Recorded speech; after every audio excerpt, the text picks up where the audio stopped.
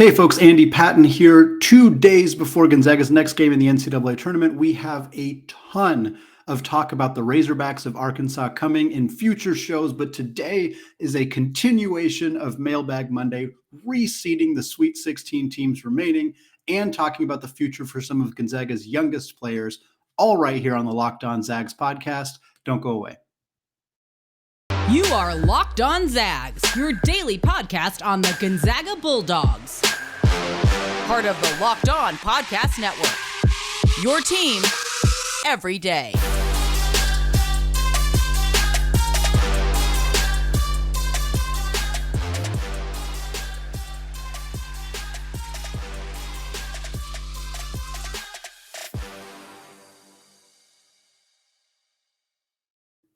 What is going on, y'all? Welcome to the Locked On Zags podcast, part of the Locked On Podcast Network, your team every day.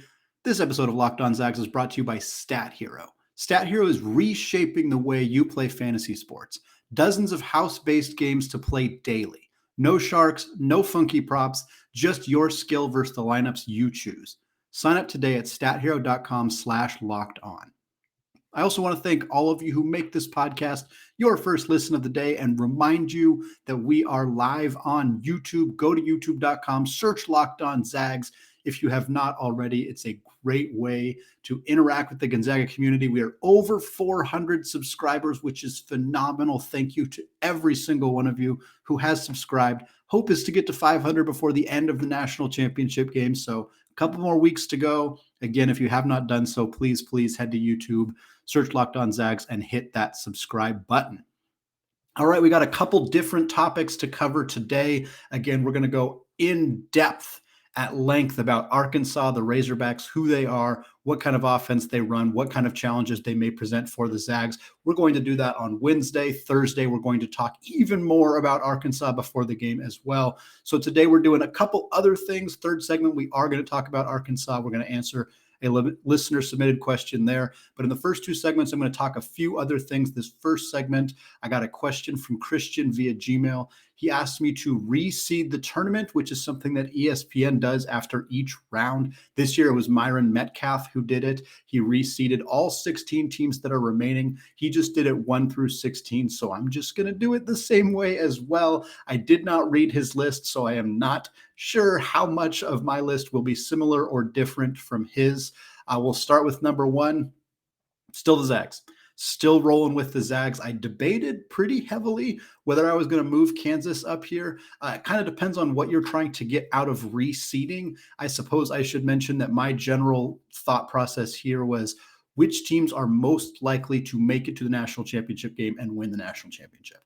So I'm factoring in how they've played in the NCAA tournament so far, their overall talent, overall body of work, and also what their path looks like right now. Gonzaga does not have the easiest path remaining. In my mind, out of the top tier seeds, that goes to Kansas. They're playing Providence in the first game, and they're playing the winner of Miami and Iowa State. That is a significantly different path to the Final Four than Gonzaga, who plays a very good Arkansas team and then either plays the winner of Texas Tech or Duke. I'm still rolling with the Zags. I think the Memphis game taught them a lot of really good things. I think we saw a team that could handle the physicality, handle the athleticism, outpaced this really good Memphis team. I think that game helped them more than it hurt them. That was a large topic of conversation on Mailbag Monday for those of you who tuned into that. So I still believe that. I don't think that Gonzaga's path is particularly easy at all, because I think even when they get to the Final Four, they will run into either Purdue or UCLA or North Carolina, all pretty darn good teams there as well. But I still think I'm rolling with the Zags. This is the best team in college basketball. They've been the best team in college basketball for the vast majority of the year. A huge point when talking about March Madness and success in the NCAA tournament has always been guard play.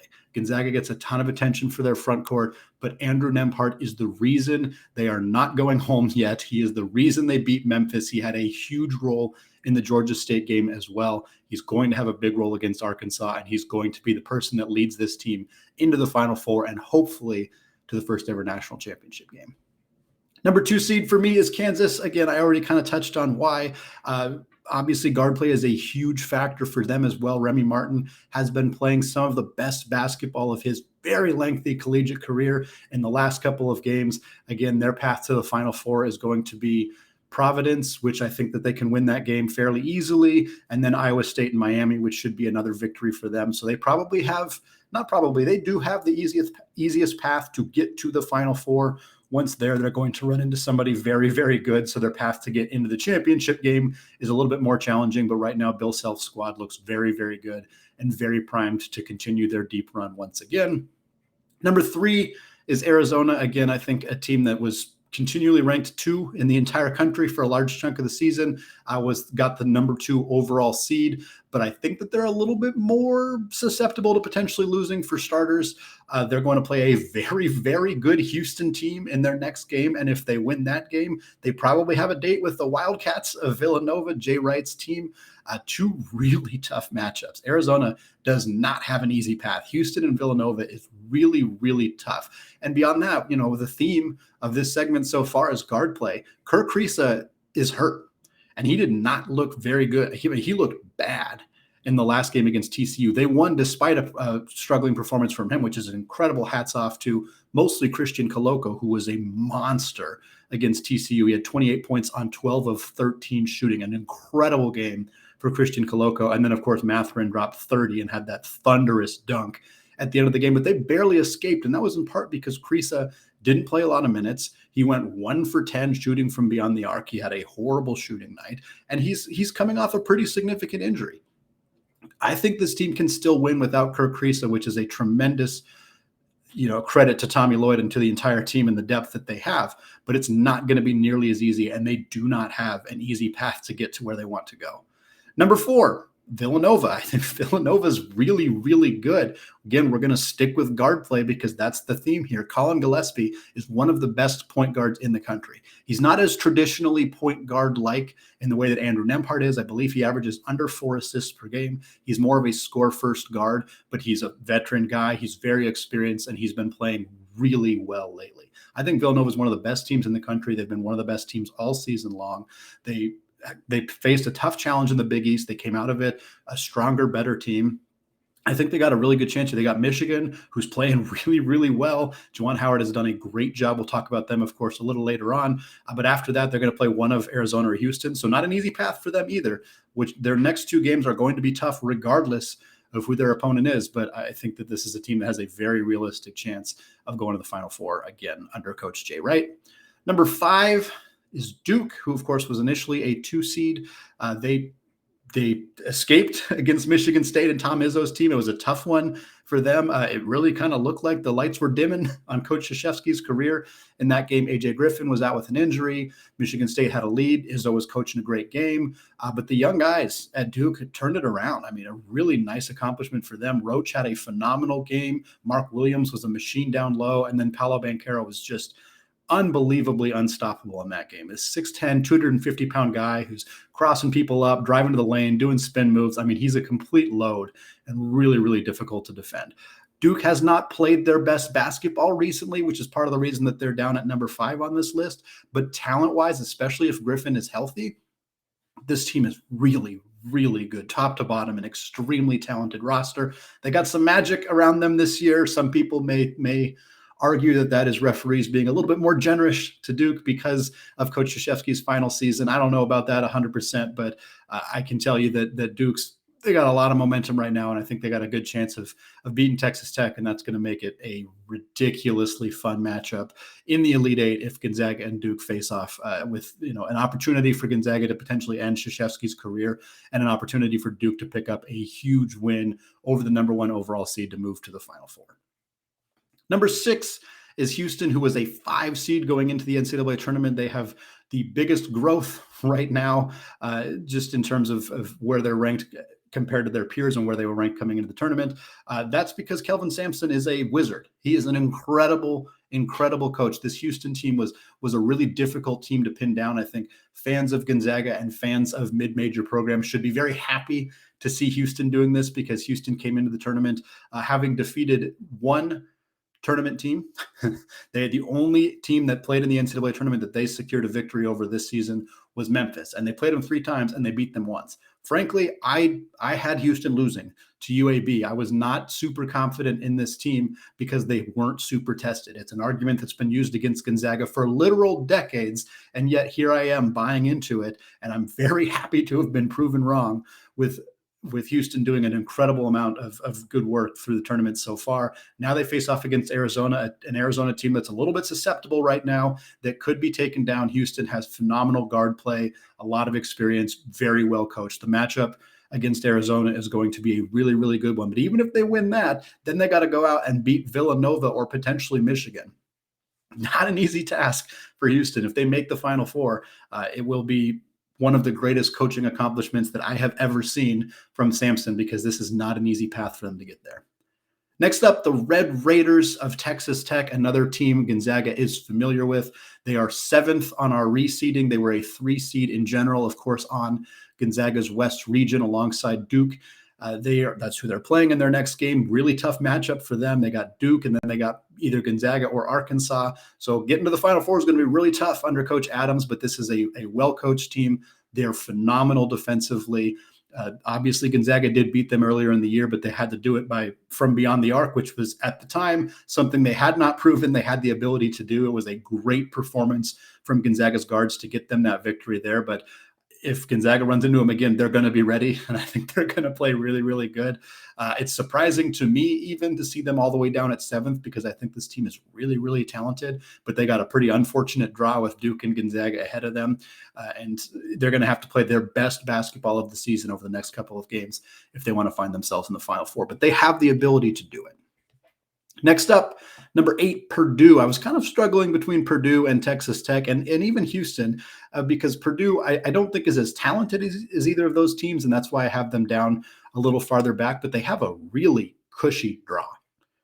They're in the bracket seed where Baylor has already fallen to North Carolina, where Kentucky, of course, fell to St. Peter's. So they're the 3 seed, and they're the highest seed remaining on their side of the bracket. They're also playing St. Peter's in their next game. With no disrespect to the Peacocks, who have obviously done something unprecedented and incredible by defeating Kentucky in the first round and Murray State in the second round to go to the Sweet 16 as a 15 seed, Purdue should handle this game somewhat easily. Zach Edey, 7'4". The Peacocks don't have the size to match up with him. Trevion Williams is a phenomenal low post player as well. And then, of course, you have Jaden Ivey, one of the best guards in the entire country, potential top 3, top 5 pick in the NBA draft. I think Purdue is going to take this one pretty easily. Their game after that will either be UCLA or North Carolina, a 4 seed and an 8 seed. Purdue will likely be favored in both of those matchups.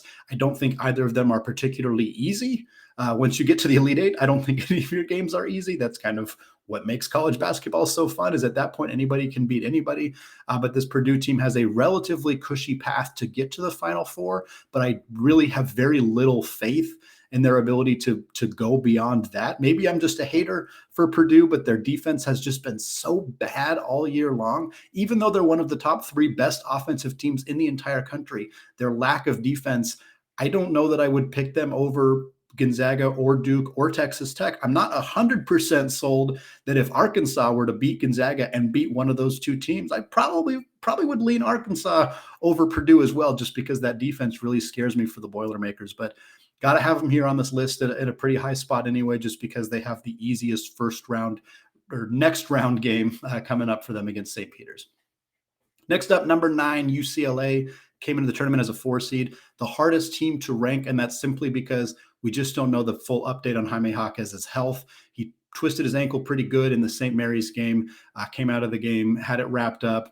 He's had ankle injuries throughout the season, so right now he's listed as day-to-day, but for me, that's risky. If he's not playing, their odds of even beating North Carolina go down pretty significantly, because he's such a huge piece of what they do. They have depth. Peyton Watson was a top 10 freshman in the country. He has not played particularly well this season, but he would be asked to fill in a bigger role for UCLA if Hawkes is out. Obviously, Johnny Juzang is an extremely talented player. Tiger Campbell, Cody Riley, they have pieces. They have guys, Jules Bernard. They have a lot of talent on this roster. But if Hawkes is not healthy, that bumps them down a little bit for me. If he is healthy, he's playing at 100% against North Carolina. I like their odds there, and I think I might, again, if he's fully healthy, I might like their odds of even advancing past Purdue, but I'm not sure that I see them, even if they do sneak into the Final Four, I'm not sure I see them going a lot farther than that, just with a lack of front court depth and some questionable health stuff going on with Jaquez. Number 10 is the Friars of Providence. We've talked about this team a lot this year. Very, very lucky throughout the season. The highest luck rating in the country, according to KenPom. They proved that they deserve to be here, though. Won their first couple of games. Ed Cooley is a phenomenal coach, but they got Kansas, and I think Kansas is gonna win this game. So I can't have them too high, even though I believe that this team is better than a lot of the metrics may have thought that they were. But I'm not sure that they're going to be able to get by the Jayhawks. Number 11, North Carolina, the Tar Heels, an 8 seed, obviously, who is playing extremely well coming into the tournament, has defeated Baylor in an epic game where they were up 25 points and blew the lead entirely and went into overtime with Brady Manek on the bench because he got kicked out of the game for a flagrant 2 foul. North Carolina still won. Now they get UCLA, tough matchup for them. Again, if Jaquez is out, I think they got a chance of winning that one. Not sure I love them against Purdue, though, so it's going to be a tough path for them, but this is the most confident I've been in an 8 seed potentially making the Final Four in a long time. Number 12, Arkansas, got them down here. I think this is a very good team. It's not trying to be disrespectful to the Razorbacks. JD Note is awesome, one of the best guards remaining in the NCAA tournament, but this team is not very good at shooting it from beyond the arc. They're very good defensively, but they don't have a ton of size. I don't think the Gonzaga matchup is a particularly good one for them, and even if they were to pull it off, Duke or Texas Tech would be a really tough matchup for them as well. 13 is Michigan, the Wolverines. Hats off to Juwan Howard for this team even being here at this point in the season. Obviously, they were really highly rated going into the year. They struggled a lot throughout the regular season, snuck into the tournament as an 11 seed. Here they are, defeated Tennessee in the second round to move into the Sweet 16. They got to get through Nova. They got to get through Arizona or Houston. Those are really, really good teams. So it's really hard for me to imagine Michigan going any further than they already have. 14 is Miami, the Hurricanes. Wong and Moore are their 2 guards, phenomenal players, have played really, really well this tournament. That's how they usurped USC. That's how they beat down on Auburn. They got Iowa State in their next game. I'm definitely leaning Miami in that game, but after that sends them to the Elite Eight, an incredible accomplishment for the Hurricanes, but I don't know that I like them too much, potentially advancing over Kansas. 15, Iowa State. The Cyclones, what a story for them. They won 2 games last year with starting point guard Rasir Bolton. This year, they were a top 10 team in the country at one point early in the year. They were undefeated for a while, struggled throughout the regular season, dropped them down to on that 11 line. But here they are, picked up a couple of victories in the Sweet 16. Again, I'm not sure they even make it past Miami. If they do, I really don't think they make it past Kansas, but still a really tremendous accomplishment for this team to be in the Sweet 16 after such a disastrous year last year. And finally, the Peacocks of St. Peter's. It's unfortunately somebody's got to be last, in the 15 seed. Playing a good Purdue team definitely comes in here, but what a story for Shaheem Holloway's squad. Sounds like he's going to take over as the head coach at Seton Hall. Kind of an odd story there, but excited for him to get that opportunity. This is a really fun team. Even if this is where the end of the line for them, which I suspect it probably will be, hats off to them for being the second team in consecutive years to be a 15 seed to make it all the way to the Sweet 16. All right, we're going to come back in the second segment, and we're going to discuss Gonzaga's roster, what it could look like next year, the NBA draft decisions that are looming for a handful of players on this roster. But before we get there, I want to tell you all about Stat Hero. Stat Hero's NCAA single-game pick'ems pits the star players against each other in an amazing hybrid between fantasy and sports gambling. Take control back from those handicappers that always seem to have the advantage. Start focusing on the players you know best with a gameplay that doesn't rely on big spreads, long odds, or funky props. Stat Hero gives you the advantage, resulting in their gamers winning 4 times more often. Why? Because Stat Hero eliminates the mystery about who or what you are going up against. In addition to their pick'em games, they also have dozens of lineups you can comb through to take on head-to-head. They simply post sets of players for you to take on with a set of players you choose. Stat Hero is the easiest and fastest way to get your sports action fix. The simple, sleek gameplay will have you playing in minutes. This is what daily fantasy was meant to be. Sign up for free right now at stathero.com/lockedon and use promo code LOCKEDON for a 100% deposit match. That's stathero.com/lockedon, promo code locked on for a 100% match. All right, segment 2, still Andy Patton, still Locked On Zags. We're switching over to answer a pair of questions that were asked for Mailbag Monday that I did not get to. The overall theme is talking about which players on this roster will be here next season and which ones won't. The first question was from Sam Nichols, 777 on Twitter, who asked, do you think Strawther goes to the NBA this summer? The next question was from Chuck via Gmail. Chuck said, early in the season, there was much speculation that several players could leave early for the NBA. It doesn't appear that any of them have had a standout season or NCAA tournament. Now that we are this far along, who do you think will still be on the roster next year? So I'm going to take both these questions at once.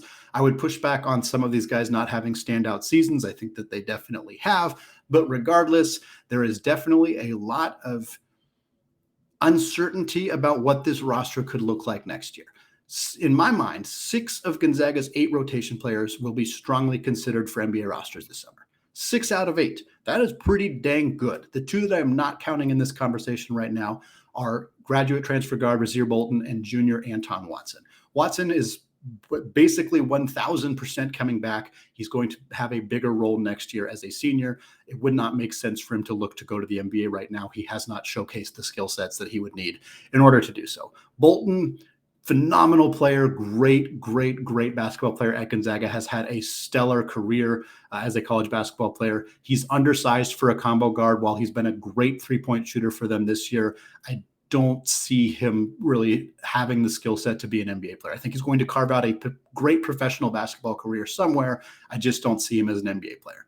So that leaves 6 other players who are all on NBA radars. I'm going to just go through them one by one and talk about where I think we are at with them right now. I've done this a handful of times this year, but it's, of course, an ever-changing conversation. Every single game, things are a little bit different. I will start with Chet Holmgren because that's the easiest one. He will not be back. We don't need to go into a whole lot more detail there. He is widely considered, if not the first overall pick in the 2022 NBA draft, no later than 3rd. He's right in that conversation with Jabari Smith from Auburn, with Paolo Banchero from Duke. There's some other players in that mix as well. Ben Mathurin from Arizona, Jaden Ivey from Purdue, et cetera, et cetera. It's almost certainly going to come down to Chet, Jabari, and Paolo, and I think it's really hard to argue against Chet at this point. Certainly Banchero's got a bit more size. He's got a bit more weight on him. He's also a phenomenal ball handler. Chet is such an elite rim protector, though. He adds that to his game in a way that neither of the other 2 players really come close to replicating that amount of success on the defensive end of the floor. No chance Chet Holmgren will be a sophomore at Gonzaga. We can just rule that out right away and move on. Next player is Drew Timme. Drew Timme, I'm very fascinated by what he's going to do. I've talked about this a handful of times on the podcast. And again, we'll talk about it a handful of times more on the podcast between now and the NBA draft, or at least between now and when he makes a formal decision on what he's going to do. His game against Memphis probably helped a little bit. We saw some like Dirk Nowitzki-like fadeaways, which we haven't really seen from him all that often. We saw him hit a 3-pointer very confidently. But the main thing with Drew is that he doesn't possess a lot of the skill sets that NBA scouts are looking for in their big men. Namely, he is not a good pick and roll defensive player. He's bad at it. I don't want to be too mean about Drew Timme, especially after the game he had against Memphis, but this is not a strength of him. And it is a critical skill set to have in the NBA. Every single team runs high ball pick and rolls. And if you as a big man cannot hedge those screens, cannot guard guards one-on-one, or at least passively keep them in front of you, it is really hard for you to stick around at the NBA level. Drew Timme has not displayed that ability yet. Now, I think that he can probably improve defensively and can improve athletically, but I don't know that it's ever going to be something that he's even average at the next level. And his offensive game, while he possesses elite level footwork, really good finishing around the rim, I don't know that translates as well because it's not as utilized in the modern NBA. Teams in the NBA are not going down the court and feeding big men in the post and standing around while they do their moves. That's what Gonzaga has operated, doing that really well. And he's great at it because he can find the open man. He can look for cutters. He can do all of that. But NBA teams just don't do that very often. So it kind of leaves Drew in an odd spot where he's He's a phenomenally skilled basketball player. He's one of the best players in college basketball, but his skill set doesn't really translate to the NBA. So what do? Like last year, he could have left and he could have gotten a look, and maybe he would have gotten drafted in the second round. Maybe he would have got signed as an undrafted free agent, but I don't know that he would have stuck in the NBA. This year, he's come back and he's played really, really well, but he hasn't dramatically improved on any of those skills that would have been necessary for him to get a strong look in the NBA. At this point, I don't see him showing up on mock drafts almost ever. So he would probably be an undrafted free agent.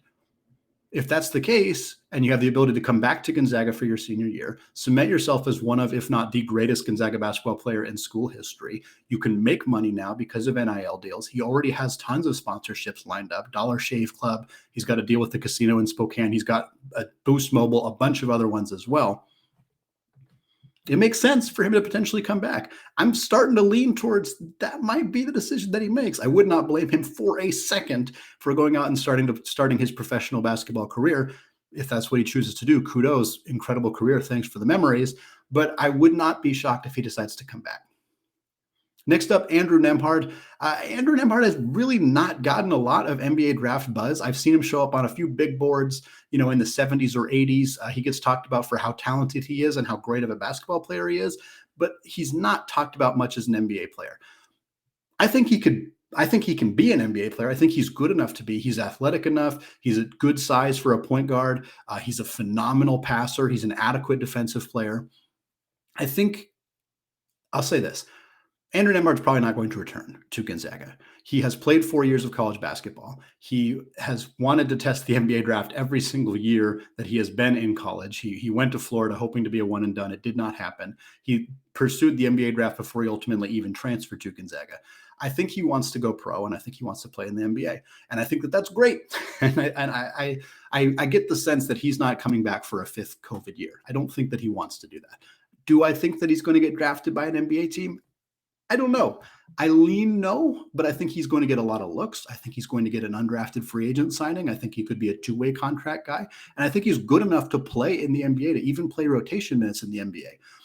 So that's kind of where I'm at with Namphard. I would be very, very surprised. Outside of Chet, I think Namphard is the least likely player in this group to be on Gonzaga's roster next year. Next up, the guy that we got a specific question about, that's Julian Strawther. So his odds have changed very dramatically in my mind. For most of the season, I've been about 50-50 on whether I thought Julian Strawther was going to return to Gonzaga or whether he was going to go to the NBA. At this point, I'm about 70-30. He's coming back. He has played very poorly in the NCAA tournament, which is not a good thing. Do not get me wrong. That is a bad thing, and we need him. We need him to kind of find his shot again, because he's a huge part of what Gonzaga tries to do offensively. But at that point, with him not shooting particularly well, with him struggling a little bit down the stretch, I don't think that he's NBA ready right now. And more importantly, I don't think scouts are seeing him in that lens quite yet. He's got some more offensive development to do. We saw him, have a floater throughout the year that looked really, really good. He's gotten better at backdoor cuts. He's a good offensive rebounder. All those are great skills. He's a good three-point shooter, but he's an inconsistent three-point shooter, as we have seen recently. And defensively, I think he's very good. He's better on that end than I thought that he was, but he obviously has room for improvement there. Who doesn't on the defensive end of the floor? So I think Strawther's coming back. I think he plays a very big role on this team next year. I also think that he's very certainly going to at least test out the NBA draft waters now that college basketball allows you to do that. And if he goes out there and really impresses a handful of teams in workouts, I could see the narrative flipping very quickly on Strawther. And all of a sudden you start seeing him cropping up in the late first round even, or at least early second round as a potential draft pick. And if that happens, then he's probably going to be gone. But right now I'm feeling far more confident about him returning to this team.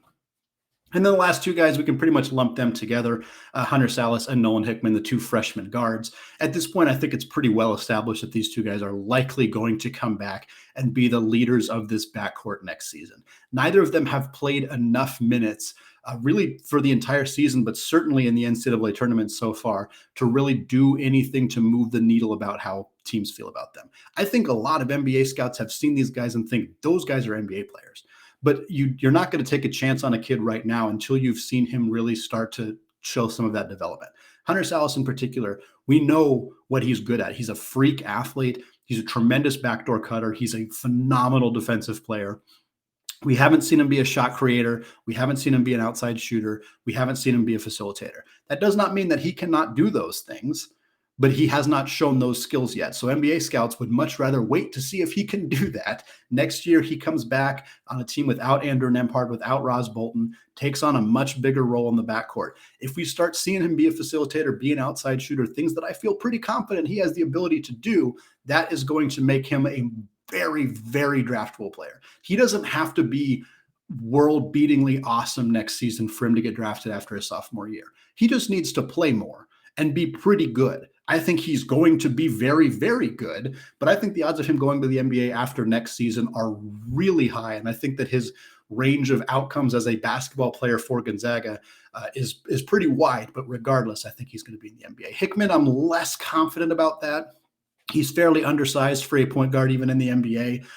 The three-point shooting is going to need to be a big part of his game. I think it's there, but we haven't seen it super consistently yet.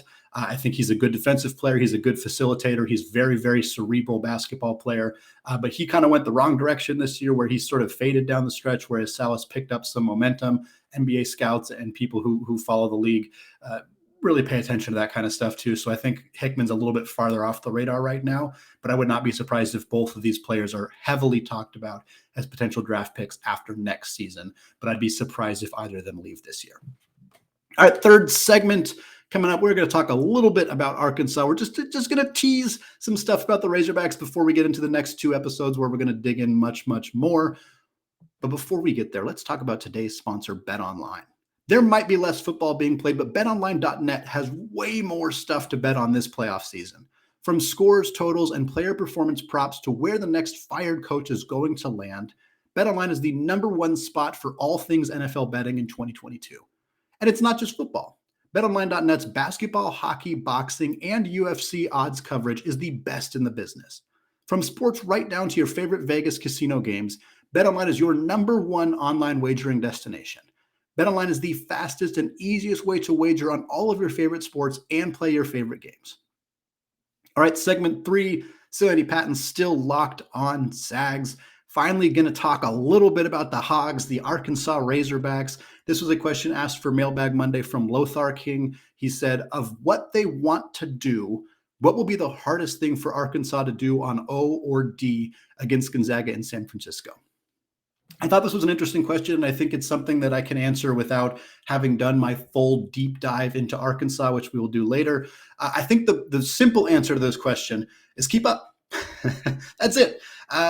We've seen Gonzaga plays at a frenetic pace. They have done it all year long. They're one of the top teams in the country in pace alongside Arizona and that guy, Tommy Lloyd, that we're all very, very familiar with, running a similar type offense of getting out in transition, running on made baskets, something that Andrew Namphard did really well against Memphis. And we've seen the teams that have had the best success against Gonzaga this year have slowed them down. Randy Bennett is a wizard at this. He is one of the few coaches in the country, and it's probably because he plays Gonzaga 2 to 3 times a year for the last decade. He has figured out how to do it. And that is how Gonzaga loses, is when they cannot get out in transition. They cannot get their 8, 10, 12, 15 easy points that way per game, and they're forced to play half-court offense every single possession. Arkansas is probably going to try to run with Gonzaga. Now, I don't know. Eric Musselman's a very good coach. They may opt to try something a little bit differently. Here's a stat I read through Heat Check College Basketball. They released a huge pre-NCAA tournament primer with information on every single team. It was phenomenal. A really, really nice resource for me doing research and for anybody else who utilized it. Wanted to plug that for them. Arkansas is 13-1 this season when games are under 70 possessions. So when they play slow, or the team that they're playing forces them to play slow, they are 13-1. They are 12-7 when the game is faster paced than that. That's a pretty significant difference. 13-1 is, over 90% winning percentage. 12-7 is still good. It's not bad, but it's not great. So they may attempt to run. Ken Pom has them as the 28th fastest paced team in the country. For reference, Memphis was 34th. So they play at a similar pace to Memphis. Memphis attempted to run with Gonzaga. That was the strategy that they adopted. They got back in transition really well in the first half, and they got out in transition pretty well in the first half as well. And then in the second half, they were gassed. They did not have the energy. They had some foul trouble, which was obviously a big factor for them. And they were just gassed. And Namphard, to his incredible credit, was just running and running and running and running every single possession in the second half. Drew Timme has that acrobatic reverse lay-in. They're getting out in transition constantly. If Arkansas attempts to do that, I think the results will be similar. I think they will hold with Gonzaga for a while if they are trying to match pace. They will stop Gonzaga from getting out in transition. They will get out in transition a fair amount themselves. They might be able to pick up some cheap fouls that way because it's a little harder to avoid fouling when you're tired. But for a full 40 minutes, I do not think this team can do it. I think there's only one team in the country that can reasonably hold with Gonzaga for 40 minutes, and there's a chance they run into them in the national championship game if Tommy and his team can get it together for the next few games that they have. That's about it. So for me, I'm going to be very, very curious whether Arkansas attempts to run with the Zags or whether they attempt to do what St. Mary's has done, what Duke did, what Tarleton State did, and just prevent the Zags from getting out in transition at all, and then trying to box the guards out as soon as they cross half court, put a ton of pressure on them, maybe double team them, get the ball out of Andrew Namphard's hands. I think those are some things we might see from Arkansas, because if they don't do that and they just attempt to play a similar style as Gonzaga, they're just not going to be as good at it, and that's probably not going to result in a victory. I think a couple other things real quick. We'll talk a lot more about Arkansas in future episodes, obviously, but I think they don't run a lot of post sets offensively. They are really guard oriented in their scoring. JD Notae, one of the best scoring guards in the country. He's a 30.8% 3-point shooter. So that is not his strength. He is going to be getting to the rim a lot.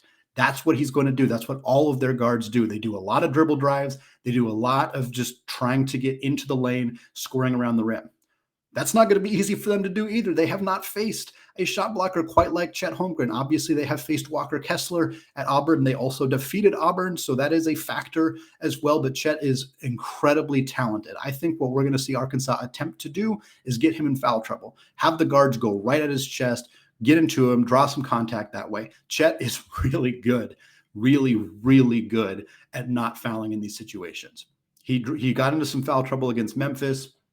Jalen Duren was an incredible athletic big man who managed to get into his body a little bit and cause some foul trouble that way. With no disrespect to Note or the rest of Arkansas's guards, Chet has handled guards driving into him really well this year. If he does that and picks up a handful of blocks early and effectively takes that away from Arkansas, they're going to have some real trouble scoring the basketball because they're one of the worst 3-point shooting teams in the country. And if they can't get to the rim and draw fouls and get to the free throw line, they're going to have some issues. We'll talk way more about Arkansas, their pros, their cons, what this game is probably going to look like in Wednesday's episode and again on Thursday's episode. But I wanted to touch a little bit on the pace of this game because I think that's going to be one of the most, if not the most fascinating thing to watch on Thursday, 4 p.m., San Francisco. Gonzaga versus Arkansas, super, super fun game coming up. That is going to do it for me today. Lots more on the Razorbacks coming up the rest of the week right here on the Locked On Zags podcast, available wherever you get your podcasts and available on YouTube as well. Finally, thank you again to those of you who have made Locked On Zags your first listen every day. Now is a great time to make your second listen, the Locked On NFL Draft podcast. Ryan Tracy and former NFL cornerback Eric Crocker bring the NFL draft to life every day with insight and analysis on college football prospects and NFL front offices. It's free and available wherever you get podcasts. All right, thank you all for listening, and go Zags.